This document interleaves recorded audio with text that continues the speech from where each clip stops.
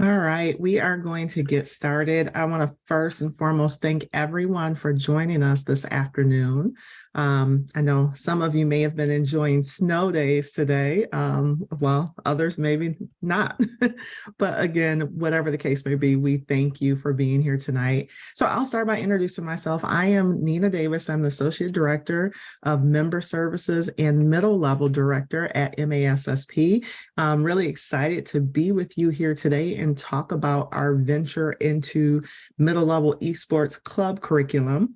I'll talk a little bit about what we've been doing. We've had a pilot over the last few months going with esports, and we're really excited to now bring this to as many schools across the state of Michigan that are interested in getting middle schoolers involved in esports. So just super excited. I want to also introduce my counterpart who's going to be joining me on the call, Mr. Casey Smith. He is multitasking a bit, I believe, this afternoon. Casey's a new dad. So yeah, there he is with this new baby.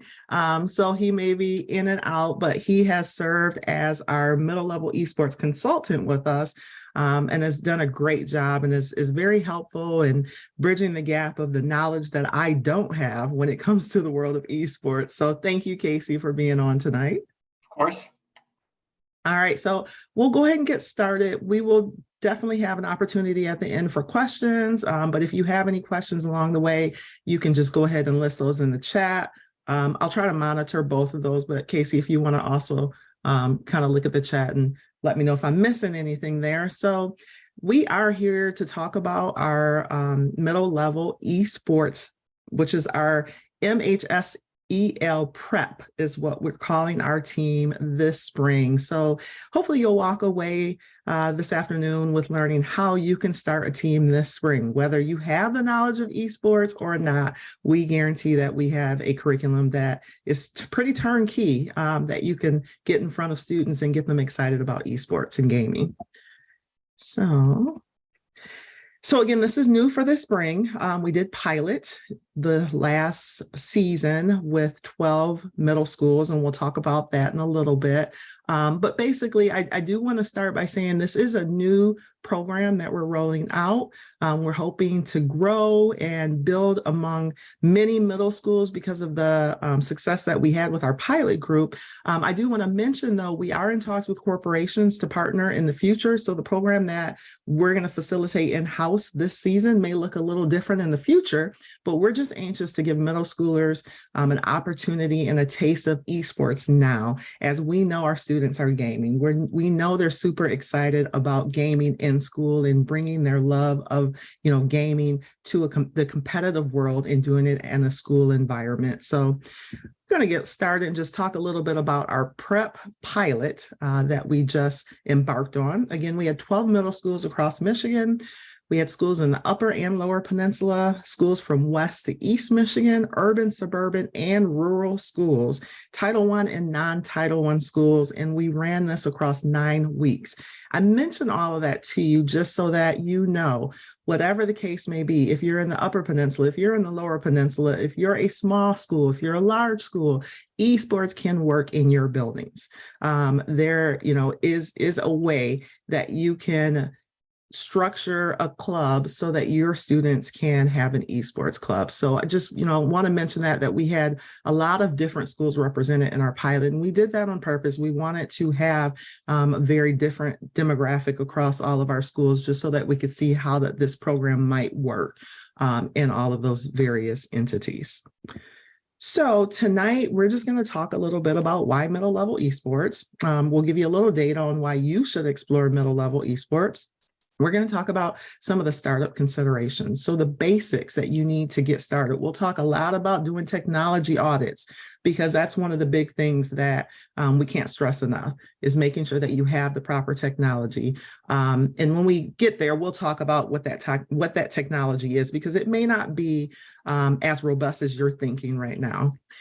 3, we'll talk about recruitment, tips for recruiting advisors, students, and even getting parents on board. Obviously, you all are in the trenches with students. You know that you don't need to recruit your students. They're already interested in this, but more so the adults and trying to get those adults on board.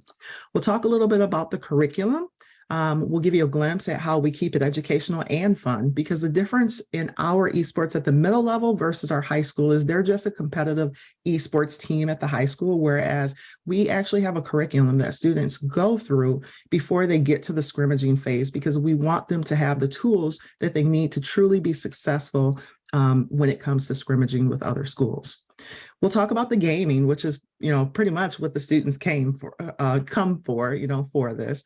And then last up, we'll talk about how to get started. What are the next steps that you can take to get your students engaged and start the club? So first and foremost, why middle level esports? So did you know that 45% of students involved in esports, and this would be at our high school level, haven't participated in any other sport or activity? So that means they're not on our athletic teams. They're not in our honor societies and our student councils. They're not in school activities. So what better way to reach an audience of students that we haven't traditionally been able to reach? We know that, again, students are gaming. So let's get our students engaged. One of our big things with school improvement plans are looking at the whole child, trying to reach the whole child and every student, making connections. This is one of those ways that we can make connections with students that, again, we haven't been able to traditionally reach in the past. We know the difference between video games, video gaming alone versus esports. Students video game for recreation, for personal enjoyment, and it's individual focus. Whereas once they join an esports team, they're able to learn skills that help them to be competitive. It's structure and it's team-based. So you're making connections with other students, again, that student wouldn't have made connections without an esports club. So we're just real briefly, I want to talk about the global games market. So in 21, I don't even have the updated figures for last year, but in 21, the gaming industry was an 180 billion with a B industry. So this is such a growing industry. And we know that it's not going anywhere. It's going to continue to grow. And, but what better way to get our students involved early on? There are over $15 million in scholarships in terms of e-game, doing esports. And we know that number also is significantly higher than, the research that we have the data from. We know that there's many careers that didn't exist 3 to 5 years ago that are forming out of esports. I have to give a little personal story here. One of the ways that I got involved is I actually have a daughter who's a senior in college at Kendall College of Art and Design, who's majoring in video game art design. So, a major that didn't exist years ago. These are new industries, and we need to get our students prepared for the workforce of these new careers. Just some other benefits. Esports is more inclusive than traditional sports. So think about it. It's non-gender specific. You don't have all girls teams. You don't have all boys teams. They're able to compete together. All ability levels are welcome. So you may have students that have gamed, but some of the games we're going to talk about are maybe new to them. But that doesn't matter. They're going to have all different levels when they come, but it's all about the gaming and the different skills that we're going to teach along with the games. Also, students can serve a variety of roles besides just playing. So there are roles: managers, broadcaster, comms, design. There's shoutcasting, which we didn't get to with our group, but we hope to grow and get to that point in esports. But there's just so many different roles that students can be a part of when it comes to an esports team. So let's get into some of the startup considerations. And I'm going to talk through this, but this is where I'm going to lean a lot on Casey, because he's the technology guy. So as I get through, if I have questions or if you have questions, we'll make sure we get his expertise in. So the first thing that we recommend that you do, if this is something that you're interested in, is a technology audit. The first step is just going to be determining what your technology needs are. So a few things that we have considered that are minimum requirements. First and foremost, you need hardware. So what that hardware is, it could be something that you already have in your schools, a PCs or Macs. We do strongly advise against Chromebooks. It's very difficult and it can be frustrating for your students. It can be done, but it is quite difficult. And I'll let Casey chime in a little bit and just talk about kind of the wraparounds and different things that you have to do with a Chromebook. Yeah, absolutely. So I think, as Nina said, really Chromebooks are kind of a last resort sort of option. Most of the games, well, specifically the games that we are moving forward with in the spring season, are going to have a very hard time running on Chromebooks just based on the actual hardware of a Chromebook. It's not meant to handle specifically the graphics, but then also the connection, right? So these games will operate essentially on upload speed. That's what sends, the movement and whatever it may be from each system to the other systems, and Chromebooks really aren't great for that. To that end, I would actually, Nina's right, you can play on other ones. Macs usually are not particularly well built for this either. Typical PCs, but then also any sort of systems that you may be able to encounter. We had a question during our last webinar about older generation video game systems. So most of the games that we play can be played on essentially any of them, with the exception of one. And you can find older generation systems, PlayStation 4s, Xbox Ones, pretty cheap. And so if that's an option that is, desirable to your students, that one would be as well. But yeah, I to what Nina said, I think ultimately network PCs are usually more than capable of running the games that we're going to play in such a way that your kids will enjoy it. So. Thank you, Casey. So Casey mentioned some of the devices, a PlayStation, Xbox, or Nintendo Switch for select games. So when I get into the games, I'll talk a little bit about, what hardware you would need for which games you decide to compete with your students. So I do want to bring up, while I'm talking on this slide, there is a QR code. That QR code is for a technology audit. So it basically takes you to a page that gives you all of the minimum technology requirements for your hardware. So one of the things that you'll see under network, it says you need to work with your IT department to configure your network to get onto the Wi-Fi for gaming purposes. We cannot stress that enough. That's why it's highlighted there. So we did create this QR code document so that you can show that to your IT department or your IT people or building administrator, whoever that person is, so that they can look at the minimum requirements to determine if you're ready to go into gaming. Again, I bring that up because we did have districts in our 9-week pilot that were unable to scrimmage the entire 9 weeks. We actually have a district, Casey, I believe just this week, who got their technology requirements completed. And we're around week 13, I think. Our students are continuing to scrimmage. But again, we don't want to make you or your students frustrated because you don't have the network capability. So it's really important, again, that you do that technology audit before you determine if you're ready to jump in. So in terms of software, some of the games that we compete with can be played for free, while others will need to be purchased. So again, we'll talk about those 3 titles. 2 of the titles are free. We do have 1 paid. So that is an option that you'll be able to make, either before you recruit your students or once you talk to your students and determine what games, they're wanting to compete with. Then there's hardware add-ons. While this is not necessary, some students may wish to have additional items like headphones, microphones, and that's something, again, if you want to determine if your school wants to purchase, if you want students to bring those type of things in, but again, they're not necessary to compete. It's more of a preference type thing. All right, so now recruitment. Again, we talked about the fact that you're probably not going to have to recruit too many students. You're going to have students, really eager and excited. I always like to use the example. We had one of our larger buildings, I believe 700 students, do a sign up, and they had over 200 students sign up to compete on their e-games club team. So, there are a lot of students interested in wanting, especially at the middle level, because there aren't as many activities for middle level students to compete in. So what you'll need to determine as a building is, if you want this to be, if you're a 6-8 building, do you want 6th, 7th, and 8th graders on your esports club team? Do you want to make it exclusive to 7th, 8th? Do you want, that's a decision that you'll need to make. And it's totally fine, whatever decision you make. I know that there are some middle schools that have 5th grade. For the purpose of our esports club, we are looking at just 6th through 8th graders. So I do want to specify that first and foremost.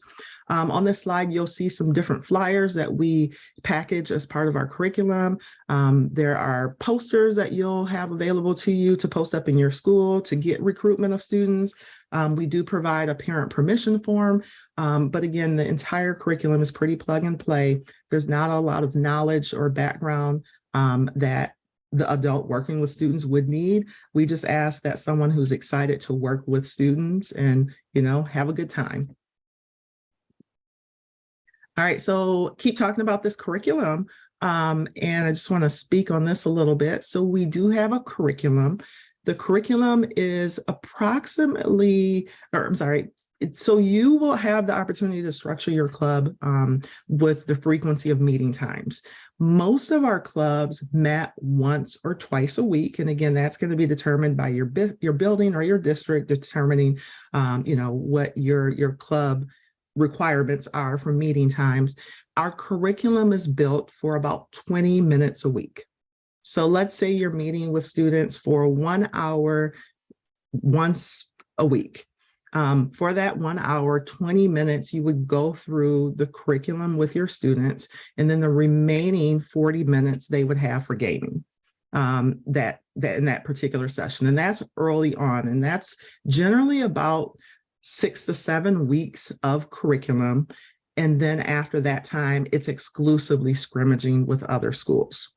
So I just want to put that out. But this curriculum is basically so students will learn the fundamental skills necessary to compete on an entry level. The skills include topics like communication skills, team building and teamwork, growth mindset, college and career opportunities, and gaming and strategy. Again, we want our students to have the basic skills so that they can be successful when they start scrimmaging with other teams. How we looked at the topics for our curriculum is we went to our high school league, and we basically asked our coaches at that level, what are the skills that you would want a student incoming as a 9th grader to have, when they start on your esports team? So those are the type of things that we are going to go through with the students.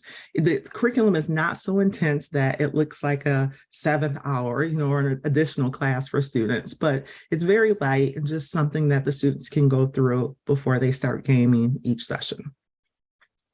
In terms of gaming, students will have an opportunity to learn how to play games suitable for middle level students. So in just a moment, we'll go over the 3 titles. And again, we have 3 titles that, we felt are good in terms of the age gap for 6th through 8th grade students. So obviously we decided against any of the, shooter style games or anything that, parents or, even administration would not feel acceptable. We want to make sure that our kids are playing safe games for middle school students. In terms of competition, students will learn and practice strategies to play competitively. Again, they start scrimmaging with other schools, and we want them to do that successfully. So now we're going to talk about the games, which is, again, what the students come for.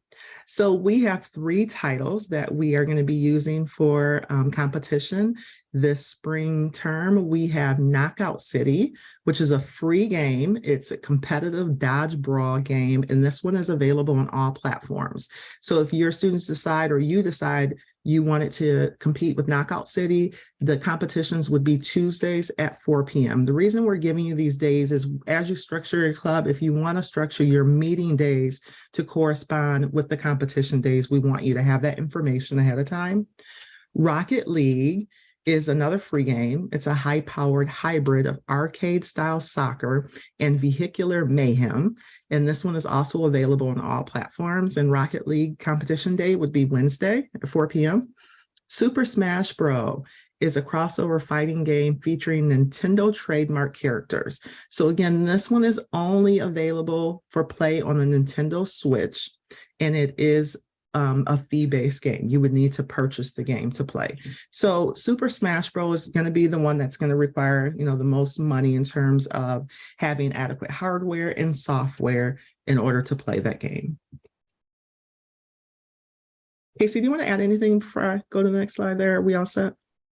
I would just say that my guess is your kids are most familiar with Rocket League or Super Smash Brothers. But again, as Nina said, Switches are not cheap, and that's the only way that you can play it. And so it's really, your building could make decisions about if kids wanted to bring in systems versus buy systems. Really, it's up to you guys and how comfortable you are with that sort of liability. But Knockout City is a little less familiar. It's a fun game. I have some middle schoolers that really enjoy playing it in my club, but I would say that Rocket League is the one that they're going to be definitely the most familiar with, and it's probably the easiest to just jump in and play. And Rocket League is played on national, global level. There's a world championship every single year. It's a pretty big game just in the community, broadly speaking. And I forgot to point out, there's a little trophy on Rocket League. So our championship will be based on Rocket League. So we will have scrimmaging and competition going on with all three games, but we will have a virtual championship for Rocket League, that title. So with esports, the goal is to connect with every student. That's our goal. That's kind of what we're doing with this club. Just as a former middle school administrator, I had a desire to get this going because I saw the need in the building, where I previously worked. Students were asking for an esports club. They wanted to game. And we did some gaming things, but we needed more structure. And I feel like this is a great way to introduce the skills that students need, again, to compete as they continue to grow and to go to high school and beyond. So the future, what does our future look like? So our goal is to build out external scrimmaging across schools for the 23-24 school year next year. So at middle level, those are called JV teams. So at middle level, what we have are freshmen and JV teams. So a freshman team is a team who's brand new to esports and just going through the curriculum. So that team is going to scrimmage a little later in the season because they need to develop the skills first to build to scrimmaging. Our JV teams are teams that have already been through the curriculum and start out week one scrimmaging with other schools. So that's kind of what we're hoping, is to build up to multiple middle level JV teams that have already gone through this curriculum and they're ready to scrimmage. You may have two levels. After you've gone through this once, you may have students that are seventh graders and want to stay eighth grade, and then you have new sixth or seventh graders coming on. So you may have a JV and a freshman team going on simultaneously at the same time, and that's okay. That's something that you'll be able to, structure and decide kind of how you want that to play out.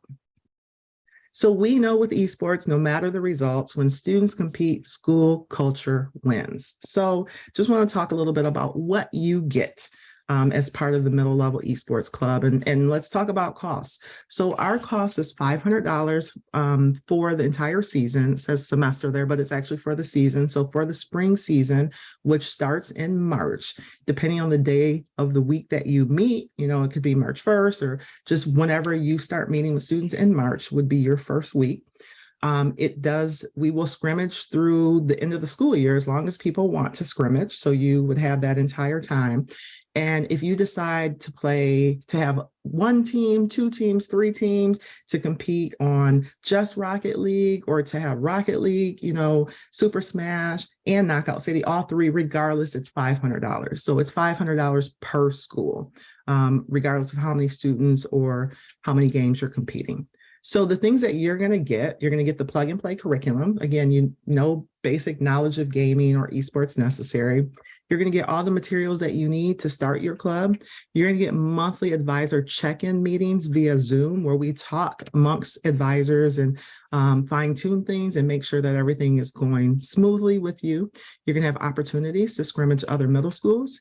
You're going to receive the virtual Rocket League championship. Again, if that's a game that you're competing on, regardless, even if it's not a game that you decide to compete during the season, if you still want to enter that championship, you can do so by being a part of this esports club. And then you're also going to receive free admission to our Michigan High School Esports League Championship, which happens to be in Western Michigan, at Western Michigan University this spring, April 29th. You'll have free admission for you and your students should you wish to attend. as spectators. And one of the games that they compete in at that championship is Rocket League. So your students will actually get an opportunity to see the high performing, top of the top high school teams in our state competing at the Rocket League championship. So the final slide I have is our registration slide.